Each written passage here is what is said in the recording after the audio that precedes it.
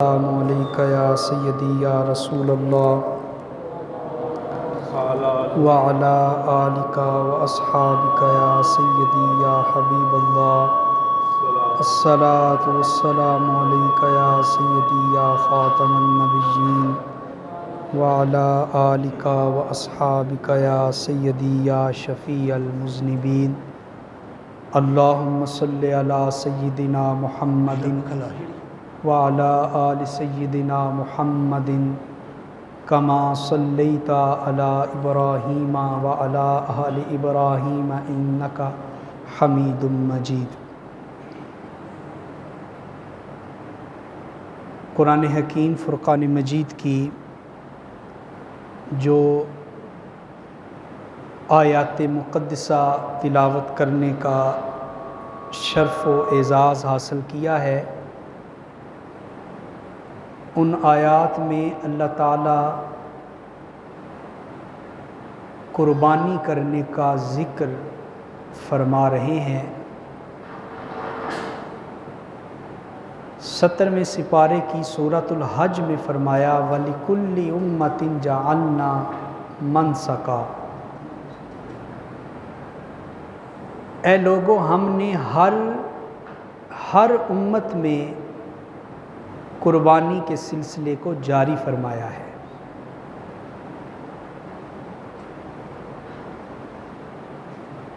ہر سال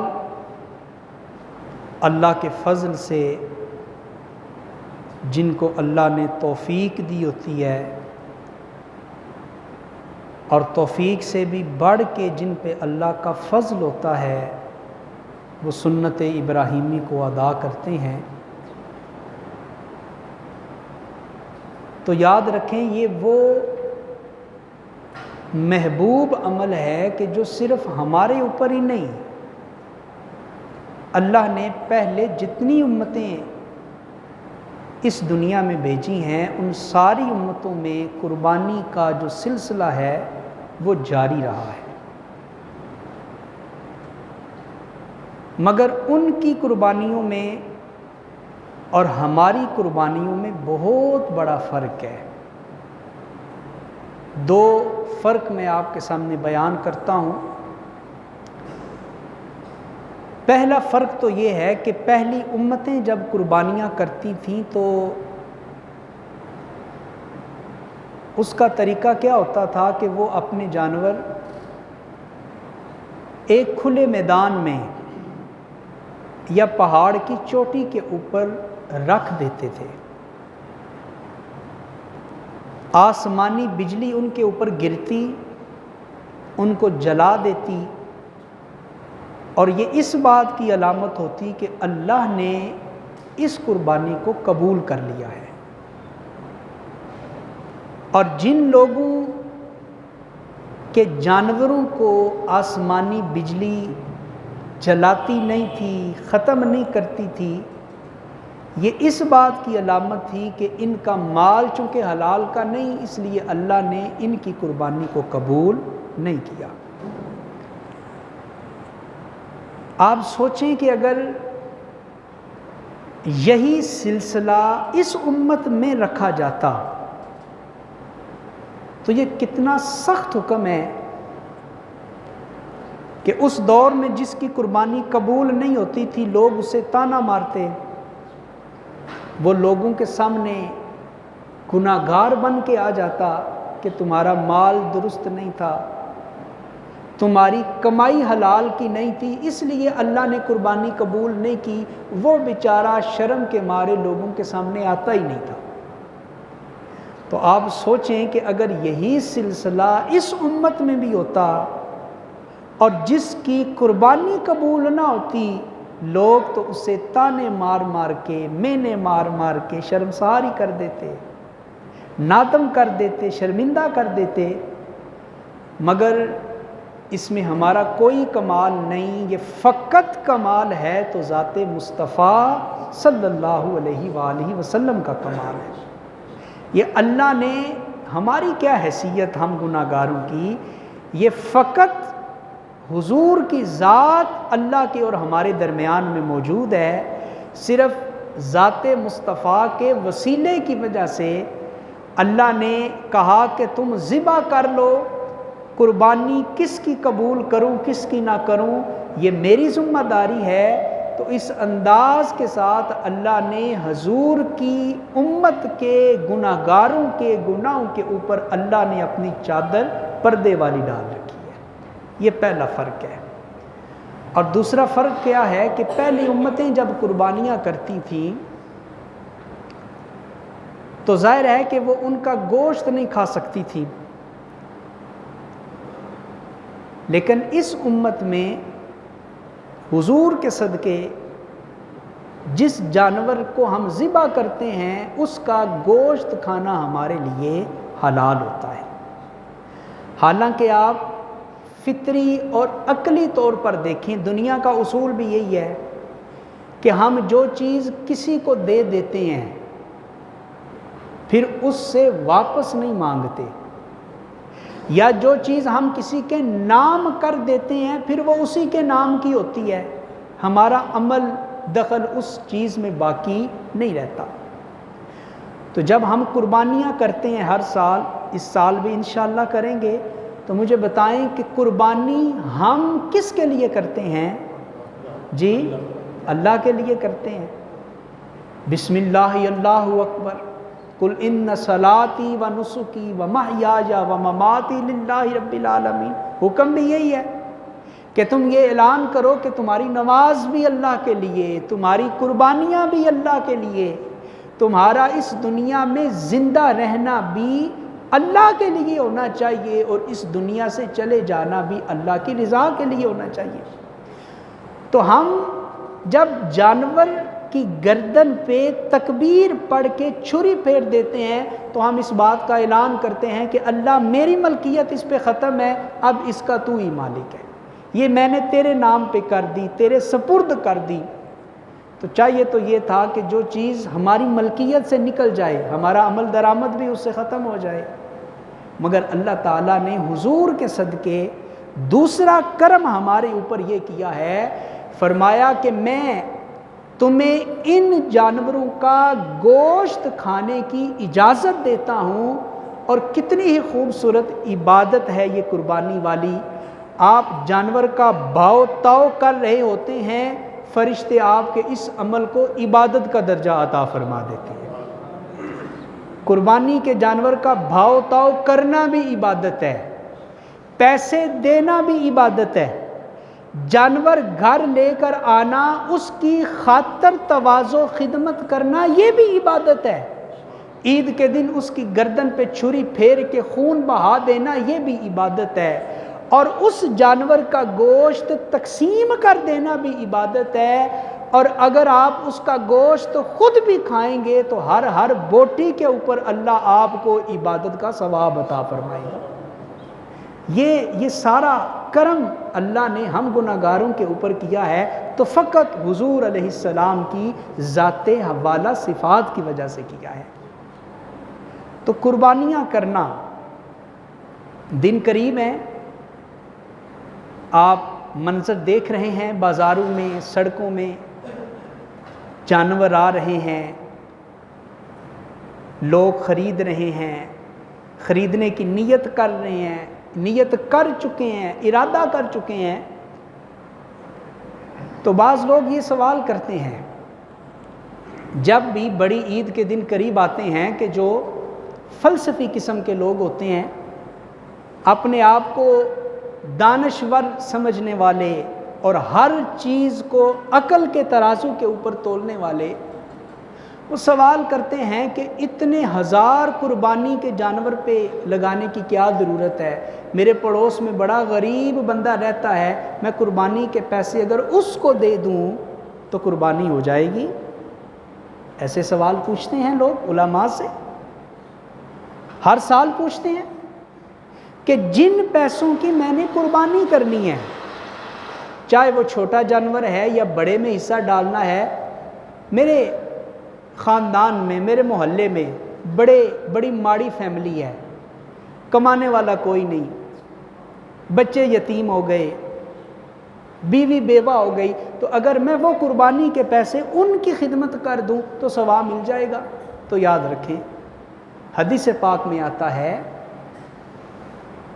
کہ عید کے دن، یوم نحر کے لفظ ہیں حدیث میں، نحر والے دن یعنی قربانی والے دن اللہ تعالیٰ کو کوئی عمل اتنا پسندیدہ نہیں، احب الی اللہ من احراق الدم، جتنا محبوب اللہ کو عید کے دن جانور کا خون بہانا ہے نا، اتنا اور پسندیدہ عمل اللہ کی بارگاہ میں دوسرا کوئی ہے ہی نہیں ہے۔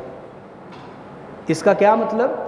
کہ کوئی مسلمان عید کے دن قربانی نہ کرے مگر 1,00,000 روپیہ غریبوں میں بانٹ دے، اپنے گاؤں کے 100 یتیم بچیوں کی شادی کا خرچہ اٹھا لے، قربانی نہ کرے، شہر کے جتنے غریب لوگ ہیں ان کے گھر میں 1 مہینے کا راشن ڈال دے، تو پھر بھی یہ سارے کے سارے بھلائی والے کام ہیں، ثواب والے کام ہیں، اچھے کام ہیں، مگر یہ سارے کام بھی اللہ کی بارگاہ میں اتنے محبوب نہیں جتنا محبوب اللہ کو عید کے دن اپنے حبیب کی سنت پہ عمل کرتے ہوئے جانوروں کی قربانیاں کرنا محبوب ہے۔ اس سے پتہ چلا کہ عید کے دن صرف اور صرف قربانی کرنے کے بعد آپ ساری دولت غریبوں میں تقسیم کر دیں، کس نے روکے آپ کو؟ مگر قربانی کرنا یہ پہلے ضروری ہے۔ اور یاد رکھیں، حدیث پاک میں آتا ہے، حضرت سیدہ عائشہ صدیقہ راویہ ہیں اس حدیث کی، حضور نبی کریم صلی اللہ علیہ وآلہ وسلم ہجرت فرما کے آئے مکہ شریف سے مدینہ شریف کی طرف، تو آپ جانتے ہیں کہ حضور جب مکہ سے مدینہ آئے تو حضور کی عمر مبارک 53 برس تھی۔ 10 سال حضور مدینہ شریف رہے، پھر اس دنیا سے حضور پردہ فرما گئے۔ تو ان 10 سالوں میں حضور کا معمول کیا رہا ہے؟ اقام النبی بمدینۃ 10 سنین فیضحی او کما قال، حضور علیہ السلام 10 سال مدینہ میں رہے اور ہر سال پابندی کے ساتھ حضور عید کے دن جانور کی قربانی کرتے رہے۔ یہ حضور کی سنت ہے، یعنی جب قربانی کا حکم آیا تو اس کے بعد سے لے کر آخری سال تک کوئی سال بھی حضور نے ایسا نہیں گزارا کہ جس سال حضور نے جانور کی قربانی نہ کی ہو۔ یہ تو تھی حضور کی عملی حدیث، حضور کا عمل مبارک۔ اب حضور کی قولی حدیث، جو حضور کا فرمان ہے میرے اور آپ کے لیے، وہ بھی سن لیں۔ آقا کریم صلی اللہ علیہ وسلم نے ارشاد فرمایا، من وجد ساعۃ فلم یضحی فلا یقربن مصلانا، حضور نے فرمایا کہ جس کے پاس وسعت ہو، طاقت ہو، استطاعت ہو، مگر اس کے باوجود وہ قربانی نہ کرے، طاقت ہے، استطاعت ہے، توفیق ہے، اللہ کا کرم ہے مالی طور پہ اس کے اوپر، مگر اس کے باوجود وہ قربانی نہیں کرتا، حضور نے فرمایا فلا یقربن مصلانا، وہ عید پڑھنے کے لیے ہماری عیدگاہ میں نہ آیا کرے، لا یقربن، وہ قریب بھی نہ آئے عید پڑھنے کے لیے۔ پتہ چلا حضور کی حدیث کہہ رہی ہے جو طاقت کے باوجود قربانیاں نہیں کرتے ان کی عید کی نماز بھی رسول اللہ کو پسند نہیں ہے۔ اور آج لوگ کہتے ہیں کہ میں قربانی نہیں کرتا اور اتنے پیسے فلاں فلاں فلاں غریب بیوہ یتیم کی مدد کر دیتا ہوں۔ تو ہم ان سے پوچھتے ہیں کہ جناب آپ جو بچوں کی شادی پہ 20-20 لاکھ اڑا دیتے ہیں، آپ سادہ شادی کریں نا، 5 بندے لے کر جائیں، نکاح کر کے گھر لے آئے، اور وہ جو آپ نے فضول خرچی کرنی تھی اس سے آپ غریبوں کی مدد کریں، وہاں آپ کو غریب کیوں نہیں یاد آتے؟ اس طرح کے عقل سے پیدل لوگوں کو 2 موقعوں کے اوپر غریب یاد آتے ہیں۔ ایک ربیع الاول کے مہینے میں، جب حضور کی آمد کے مہینے میں حضور کے غلام محافل کرتے ہیں، دیگے چڑھاتے ہیں، حضور کی ولادت کی خوشی میں خوشیاں تقسیم کرتے ہیں، اس وقت لوگوں کو غریب بڑے یاد آتے ہیں۔ اور ایک عید قربان کے دن بڑے غریب یاد آتے ہیں، اتنا پیسہ خرچ کیوں کرتے ہو، غریبوں کی مدد کر دو۔ تو ہم پھر حق رکھتے ہیں نا ایسے لوگوں کو یہ کہنے کا کہ تم 2-3 سوٹ میں بھی گزارا کر سکتے ہو، ہر مہینے نیا جوڑا سلواتے ہو، کیوں سلواتے ہو؟ اس سے غریبوں کی مدد کرو نا۔ تم نے 40-50 ہزار کا موبائل جیب میں رکھا ہے، 5,000 کے فون سے بھی بندہ فون کر سکتا ہے، سن سکتا ہے، وہ بیچو اور اس سے غریبوں کی مدد کرو نا۔ تو یاد رکھیں، دین عقل کے ترازو کے اوپر نہیں تولا جاتا۔ سورہ بقرہ کے پہلے رکوع میں اللہ نے مومنین کی پہلی شان یہ بیان فرمائی، کیا فرمایا؟ یؤمنون بالغیب۔ مومن وہی ہوتے ہیں جو غیب کے اوپر ایمان رکھتے ہیں۔ مومن کس پہ ایمان رکھتے ہیں؟ بولیں سارے، کس پہ؟ غیب پہ۔ غیب کا کیا مطلب ہے بھائی؟ غیب کا یہ مطلب ہے کہ کوئی بات ہماری عقل میں آئے یا نہ آئے، شریعت کے کسی حکم کا فلسفہ، اس کی علت، اس کو کرنے کا سبب ہماری سمجھ میں آئے نہ آئے، بس مومن وہ ہوتا ہے جو عقل کے پیچھے نہیں بھاگتا، جو صرف یہ دیکھتا ہے کہ یہ کام میں اس لیے کروں گا کہ اس کام کا حکم اللہ نے بھی دیا ہے اور اللہ کے پیارے رسول نے بھی دے دیا ہے۔ مومنین عقل کے پیچھے نہیں بھاگتے، فلسفے کے پیچھے نہیں بھاگتے، مومنین بھاگتے ہیں تو صرف اور صرف اللہ اور رسول کے حکم کے پیچھے بھاگتے ہیں۔ اگر لوگوں کی یہ بات مان لی جائے تو کل کو یہ لوگ کہیں گے کہ ہر سال اتنے لاکھ مسلمان حج کرتے ہیں، کروڑوں اربوں روپیہ خرچ ہوتا ہے، معاذ اللہ یہ ضائع جاتا ہے، ہمارے ملک میں غربت بڑی ہے، کسی کو حج نہ کرنے دیا جائے، وہ سارے کے سارے پیسے غریبوں کے اوپر ڈال دیے جائیں۔ تو یاد رکھیں، جو قربانی ہے اس میں بھی غریبوں کا بھلا ہے۔ شریعت نے کوئی کام اور کوئی حکم ایسا نہیں دیا جو خیر سے خالی ہو، جو فائدے سے خالی ہو، کوئی بھلائی سے خالی ہو۔ اور یہ جو قربانیاں ہم کرتے ہیں، یقین جانیں اس کا بڑا فائدہ ہے، بڑا فائدہ ہے۔ کتنا فائدہ ہے بھائی؟ یہ جو آپ کو چرواہے ملتے ہیں آج کل منڈیوں میں، سڑکوں میں، لیلے اور بکرے اور وچھے اور اونٹ لے کر بیچارے پھر رہے ہیں، یہ سارا سال محنت کر کے ان کو پالتے ہیں، ان کی خدمت کرتے ہیں، ان کے لیے اپنے دن رات ایک کرتے ہیں، اور یہی قربانی کے جو دن ہوتے ہیں اس میں وہ بیچ کر اپنے پورے سال کا خرچہ پورا کرتے ہیں۔ تو کتنا فائدہ ہے ان لوگوں کو۔ اور پھر عید کے دنوں میں دور دراز علاقوں سے جانور گاڑیوں کے اوپر لائے جاتے ہیں، ان گاڑیوں کے مالکوں کو کتنا فائدہ ہے، ان گاڑیوں کو چلانے والے ڈرائیوروں کو کتنا فائدہ ہے، اور پھر ان گاڑیوں کے اوپر جو خرچہ آتا ہے، جو پیٹرول کا، ڈیزل کا، ان لوگوں کو کتنا فائدہ ہے۔ اور پھر عید کے دن قصائیوں کا کتنا فائدہ ہے۔ اور پھر اس سے بڑھ کر قربانی کا جو جانور ہے اس کی کوئی چیز ضائع نہیں جاتی، اس کی سری بھی کام آتی ہے، اس کے پائے بھی کام آتے ہیں، اس کی انتڑیاں بھی کام آتی ہیں، اس کی جلد اور اس کی کھال بھی کام آتی ہے۔ اور پھر اس کے ساتھ ساتھ سب سے بڑا فائدہ غریبوں کا فائدہ ہے۔ اللہ قرآن میں کہتا ہے فَكُلُوا مِنْهَا وَأَطْعِمُوا الْقَانِيَ وَالْمُعْتَرَّ، اے میرے نبی کے غلاموں، جو جانور تم ذبح کرو گے عید کے دن قربانی کے، فَكُلُوا مِنْهَا، میں حکم دے رہا ہوں خود بھی کھاؤ، اس سے خود کھاؤ اور خود کے ساتھ ساتھ دوسروں کو بھی کھاؤ، الْقَانِيَ وَالْمُعْتَرَّ، امیروں کو بھی کھلاؤ اور غریبوں کو بھی کھلاؤ، قناعت کرنے والوں کو بھی گوشت کھلاؤ اور غریبوں کو بھی کھلاؤ۔ اور گوشت کتنا مہنگا ہے، بڑا گوشت 500، چھوٹا 1000، 1100، تو مجھے بتائیں جو بیچارہ 600-700 کی دیہاڑی لگاتا ہے وہ یہ گوشت خرید سکتا ہے؟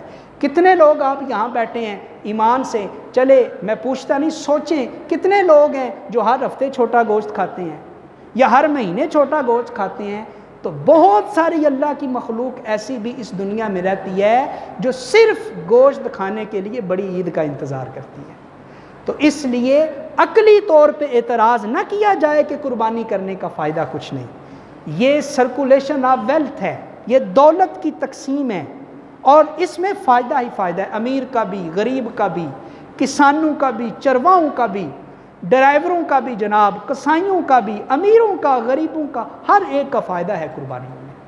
اسی لیے میرے نبی صلی اللہ علیہ وسلم نے ارشاد فرمایا کہ اے لوگو، یہ قربانیاں یہ اللہ کی رضا کے لیے ہیں، لہٰذا جب بھی تم قربانی کرو تو خوش دلی سے قربانی کیا کرو۔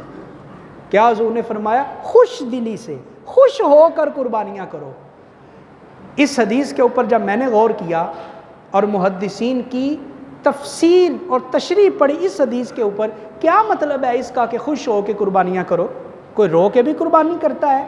تو علماء نے لکھا اس کا مطلب یہ ہے کہ جب ہر سال تم جانور ذبح کرنے لگو تو ظاہر ہے جیب سے پیسے تو نکلتے ہیں. اگر اجتماعی قربانی میں حصہ ڈالیں گے تو 13-14 ہزار تو آج کل لگتا ہے. اگر چھوٹا جانور لیں گے تو ماڑے سے ماڑا جانور بھی 25-30 ہزار سے کم تو ہے نہیں. پیسہ تو نکلتا ہے نا جیب سے، اور مہنگائی کا دور ہے. ہو سکتا ہے شیطان تمہیں وسوسہ ڈال دے کہ یہ قربانی ایک شریعت نے معاذ اللہ ٹیکس ڈال دیا ہے مسلمانوں کے اوپر. شریعت معاذ اللہ ٹیکس نہیں ہے. یہ جو قربانی یہ ٹیکس نہیں، یہ جرمانہ نہیں، یہ توان نہیں. جب تم قربانیاں کرو گے تو اللہ کا حکم سمجھ کے قربانی کرو. جب تم اللہ کا حکم سمجھ کے خوش ہو کر اور دل سے قربانی کرو گے اور بڑے چاہ سے، بڑے پیار سے، بڑے مان سے قربانی کرو گے تو یقین جانو اللہ تمہیں سنت ابراہیمی پہ عمل کا ثواب بھی دے گا، اللہ تمہیں سنت مصطفیٰ پہ عمل کا بھی ثواب عطا کرے گا. تو اس کو توان، جرمانہ، ٹیکس نہیں سمجھنا. اور بھی بڑے خرچے کرتے ہیں آپ، بڑے خرچے کرتے ہیں، بڑے خرچے کرتے ہیں. قرض لے لے کر اپنے نخرے اور چاہ پورے کرتے ہیں. تو یہ تو سال بعد شریعت کا حکم آتا ہے.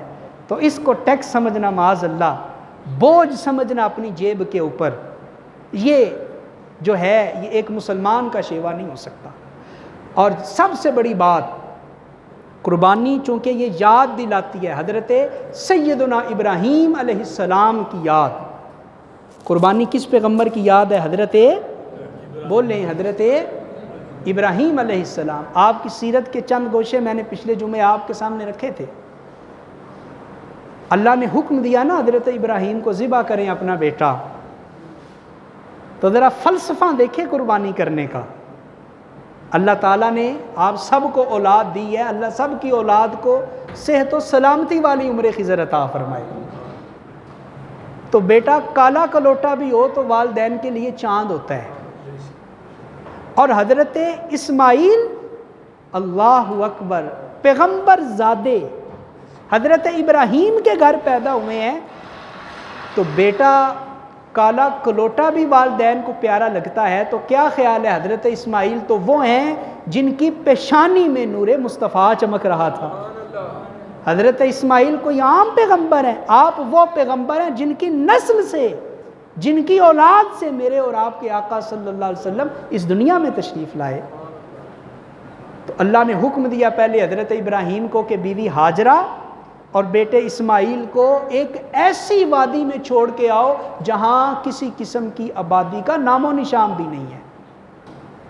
اور وہ وادی آج کا حرم شریف، آج جہاں مکہ شریف آباد ہے، وہاں پہ حضرت ابراہیم چھوڑنے کے لیے آئے.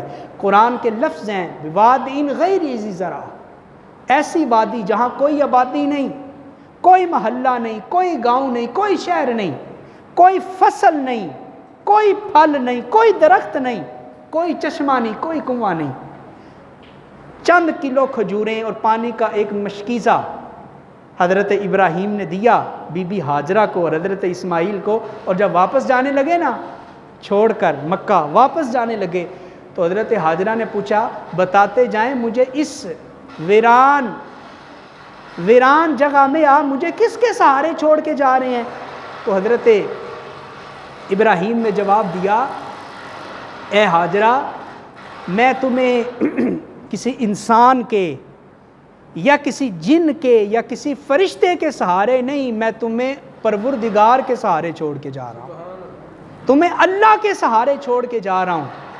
جب یہ لفظ سنے نا حضرت ہاجرہ نے، اللہ اکبر، جب یہ لفظ سنے آپ نے تو حضرت ہاجرہ نے کہا کہ اے میرے شوہر، پھر آپ کو بھی غم کرنے کی ضرورت نہیں، آپ کو بھی بطور شوہر اور بطور باپ کے ہماری فکر کرنے کی کوئی ضرورت ہی نہیں. آپ اطمینان سے جائیں، آپ سکون سے جائیں، اس لیے کہ جس رب کے سپرد کر کے جا رہے ہیں وہ رب خود ہی ہماری حفاظت کا انتظام بھی فرما دے گا. آپ اطمینان سے جائیں.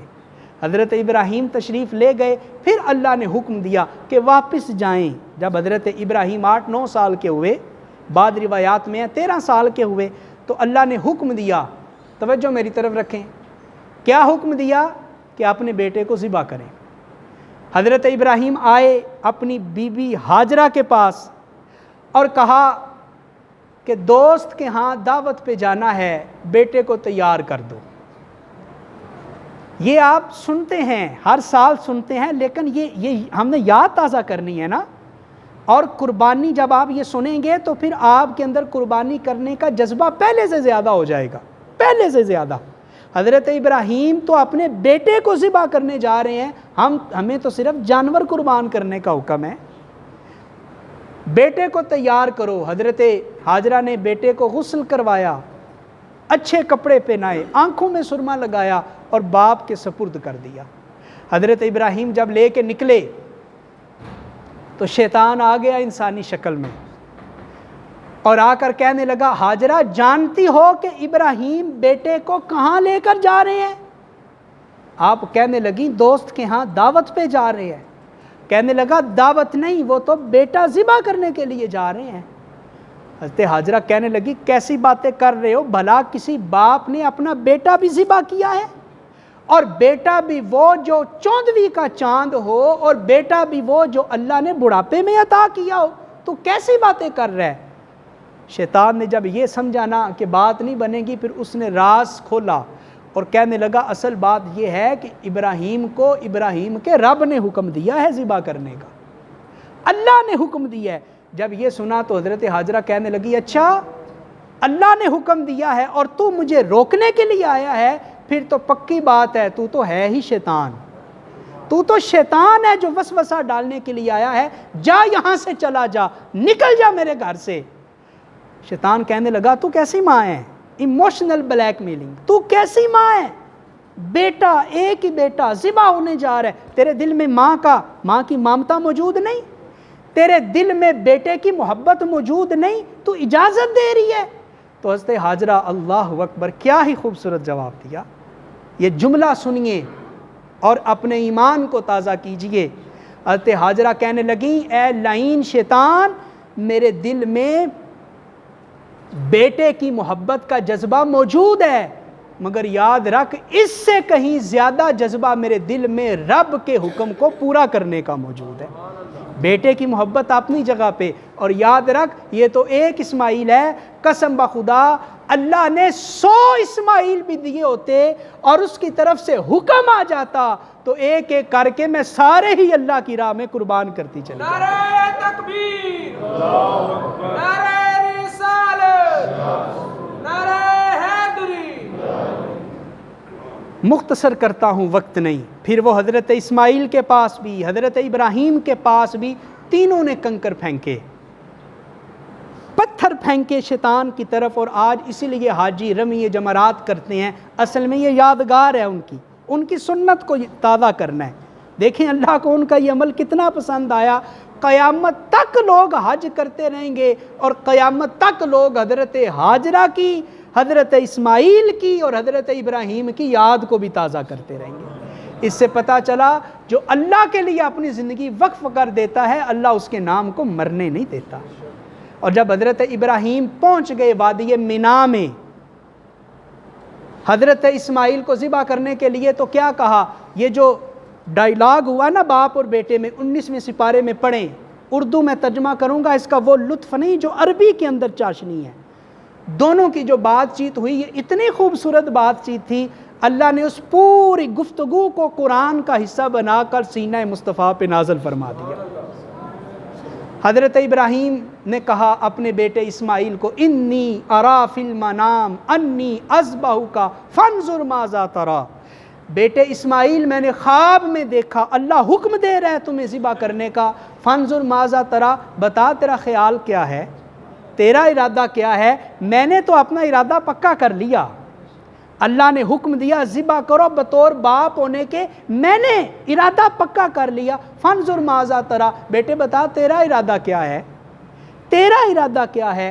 تو حضرت اسماعیل بولے یا اباتی، اے میرے باپ۔ دیکھیں گھر میں باپ اور بیٹا آپس میں لاڈ کر رہے ہو نا، بچے چھوٹے ہوں، باپ بیٹے کو گود میں اٹھاتا ہے، پیشانی پہ بوسہ دیتا ہے، کندھوں پہ اٹھا کے چکر لگواتا ہے، پھر بیٹا خوشی خوشی کہتا ہے میرے ابو میرے ابو، یہ اور بات ہے۔ لیکن یہاں ماحول کوئی خوشی والا نہیں۔ حضرت ابراہیم یہ نہیں کہہ رہے اسماعیل میں تمہارے لیے کھلونے لے کر آؤں گا، اسماعیل میں تمہیں فلاں جگہ سیر کرانے کے لیے جاؤں گا، نہیں، یہاں جان قربان ہونے کی بات ہو رہی ہے، جہاں حضرت اسماعیل کی گردن پہ چھری پھیرنے کی بات ہو رہی ہے، مگر اس کے باوجود حضرت اسماعیل کہتے ہیں یا اباتی، اے میرے والد، اے میرے باپ، اے میرے ابو، افعل ما تؤمر، آپ نے جو کرنا ہے کر گزریے، جو کرنا ہے کر گزریے۔ اچھا تھوڑا غور کریں، اس کا جواب تو یہی بنتا تھا، حضرت ابراہیم نے کہا تمہیں ذبح کرنا چاہتا ہوں، تو اس کا سادہ سا جواب کیا تھا؟ یا اباتی اذبح، اے میرے باپ مجھے ذبح کر دو۔ اگر حضرت اسماعیل یہ بھی کہتے تو بات جواب پورا تھا، جواب مکمل تھا، لیکن حضرت اسماعیل نے اس سے 2 قدم آگے بڑھ کے جواب دیا، کہا یا ابت افعل ما تؤمر، اے میرے والد ابراہیم، گردن پہ چھری رکھنا تو چھوٹی سی بات ہے، آپ میرے جسم کو آگ میں پھینک دے میں پھر بھی حاضر ہوں، میرے جسم کے ٹکڑے ٹکڑے کر دے میں پھر بھی حاضر ہوں، آپ میرے جسم کا انگ انگ علیحدہ کر دے میں پھر بھی حاضر ہوں، یہ جان تو چھوٹی سی جان ہے، ستجدنی انشاءاللہ من الصابرین، اے میرے باپ میں آپ سے وعدہ کرتا ہوں میں حرکت بھی نہیں کروں گا، میں ہلوں گا بھی نہیں، میں چیخوں گا بھی نہیں، میں چلاؤں گا بھی نہیں، میں صرف یہی دعا کروں گا اللہ مجھے صبر کی توفیق عطا فرما دے، اللہ مجھے صبر کی توفیق عطا فرما دے۔ اور پھر لٹا دیا حضرت اسماعیل کو حضرت ابراہیم نے۔ حضرت اسماعیل کہنے لگے ابا جی آنکھوں پہ پٹی باندھ لیں، ایسا نہ ہو بیٹے کی گردن پہ چھری پھیرے تو باپ کی محبت غالب آ جائے اور میرے ہاتھ باندھ دیں۔ حضرت ابراہیم نے ہاتھ باندھ دیے، پھر کہا نہیں نہیں ابا جی میرے ہاتھ کھول دیں، ایسا نہ ہو کل کوئی یہ کہے کہ بیٹا تو ذبح نہیں ہونا چاہتا تھا، والد نے زبردستی رسیاں باندھ باندھ کے ذبح کیا ہے، میرے ہاتھ کھول دیں، رسی کھول دیں۔ اور دیکھیں آج آپ بیل اونٹ ذبح کرتے ہیں، رسیاں باندھتے ہیں، ٹانگوں پہ 10 بندے لگتے ہیں، وہ پھر بھی قابو نہیں آتا۔ وہ جانور کی جان ہے، یہ انسان کی جان ہے، ادھر جانور کا معاملہ ہے، ادھر انسان کا معاملہ ہے۔ قربان جائیں اے اسماعیل آپ کے تسلیم و رضا کے جذبے کے اوپر۔ حضرت اسماعیل کہتے ہیں میرے ہاتھ کھول دے، پاؤں کھول دے، وعدہ کرتا ہوں نہ چیخوں گا، نہ چلاؤں گا، نہ آواز نکالوں گا، نہ حرکت کروں گا، صرف یہی دعا کروں گا اللہ صبر دے دے، اور امید ہے اللہ مجھے صبر کی دولت بھی عطا فرما دے گا۔ اور جب حضرت ابراہیم نے گردن پہ چھری پھیری، پہلی دفعہ نہیں چلی، دوسری دفعہ نہیں چلی، تیسری دفعہ چل گئی، خون بہنے کی آواز آئی، حضرت ابراہیم خوش ہوئے، اے میرے مالک تو نے جو حکم دیا تھا میں نے اس کو پورا کر دیا، مالک میری قربانی قبول کر لے۔ اور یہ سوچ کر جب حضرت ابراہیم نے آنکھوں سے پٹی کھولی تو دیکھ کر حیران رہ گئے کہ بیٹا اسماعیل تو زندہ سلامت پاس کھڑے مسکرا رہے ہیں، اور چھری کسی انسان پہ نہیں چلی، وہ جبریل جنت سے ایک جانور لے کے آئے ہیں، وہ جانور حضرت ابراہیم کی چھری سے ذبح ہو کے پڑا ہے۔ حضرت ابراہیم نے جب یہ منظر دیکھا تو فرتے جوش میں آ کر آپ نے اللہ کی تکبیر بلند کی اور کہا اللہ اکبر اللہ اکبر۔ حضرت ابراہیم نے کیا نعرہ مستانہ بلند کیا؟ اللہ اکبر اللہ اکبر۔ یہ سن کر حضرت اسماعیل بھی بولے لا الہ الا اللہ واللہ اکبر۔ پاس جبریل بھی کھڑے تھے، وہ بھی پیچھے نہ رہے، انہوں نے بھی جواب دیا اللہ اکبر وللہ الحمد۔ یہی ایام تشریق میں یہ تکبیر پڑھی جاتی ہے، اور تینوں کی یہ تکبیر اللہ کو اتنی پسند آ گئی، قیامت تک کے مسلمانوں کو حکم دے دیا 9 ذی الحج کی فجر سے لے کر 13 کی عصر تک تم نے یہ تکبیر پڑھ کے میرے ابراہیم اور اسماعیل کے اس قربانی والے جذبے کو تم نے تازہ کر دینا ہے۔ تو حضرات خوش دلی سے قربانی کرے، وقت ہو گیا، آخر میں 2 باتیں سن لیں۔ یہ جو ذی الحج کے پہلے 10 دن ہے نا، ان کو ضائع نہ کرے۔ ہم مسلمانوں کا بھی عجیب مزاج ہے، ہم صرف لیلۃ القدر کی رات مسلمان بن جاتے ہیں، یا 12 ربیع الاول کے دن ہماری مسلمانی جاگتی ہے۔ یہ جو 10 دن ہیں، 1 سے لے کے 10 ذی الحج تک، یہ اتنی فضیلت والے دن ہیں اتنی فضیلت والے دن ہیں. سنیں حدیث, حضور نے ارشاد فرمایا ان 10 دنوں میں یعنی عید سے پہلے پہلے روزہ رکھنے کی کوشش کرو, اس لیے کہ تم ایک دن کا روزہ رکھو گے, اللہ تمہیں ایک دن کا نہیں, اللہ تمہیں 1 سال روزہ رکھنے کا ثواب عطا فرمائے گا. پھر حضور نے فرمایا ان 10 دنوں میں شب داری کرو, رات جاگ کے اللہ کے حضور گزارو, عبادت میں, تقوی میں, ورع میں, نوافل میں, دعاؤں میں, رکت میں, آہوزاری میں شب داری کرو. فائدہ کیا؟ فرمایا ان راتوں میں جو شب داری کرتا ہے اللہ اسے لیلۃ القدر کی رات میں جاگنے کا ثواب عطا فرما دیتا ہے. پھر حضور نے فرمایا جو 2 راتوں میں شب داری کرے, ایک عید الفطر کی رات جس کو چاند رات کہتے ہیں, جو ہم بازاروں میں گزار دیتے ہیں شاپنگ میں اور موج مستی میں, اور ایک عید الفطر کی رات یعنی صبح عید ہو جو پہلی رات ہوتی ہے. حضور نے فرمایا جو ان 2 راتوں میں جا کر اللہ کی عبادت کرے, قیامت کے دن جب باقی لوگوں کے دل مردہ ہو جائیں گے, ان لوگوں کے دلوں کو اللہ مردہ نہیں کرے گا. کن لوگوں کے دلوں کو؟ جو عید الفطر اور عید الاضحیٰ کی رات جا کے اللہ کی عبادت کرے. اور پھر حضور نے فرمایا یوم عرفہ کا روزہ رکھو, 9 ذی الحج کا روزہ رکھو. حضور نے فرمایا مجھے امید ہے جو اس ایک دن کا روزہ رکھے گا اللہ اس کی زندگی کے 1 سال کے پچھلے اور 1 سال بعد کی زندگی کے گناہوں کو اللہ معاف فرما دے گا. تو ان دنوں کو ضائع نہ کریں, نفلی روزہ بھی رکھنے کی کوشش کریں, شب داری کرنے کی بھی کوشش کریں. اللہ مجھے اور آپ کو اس عظیم سنت کو یاد کر کے اس پہ عمل کی توفیق عطا فرمائے, آمین. وآخر دعوانا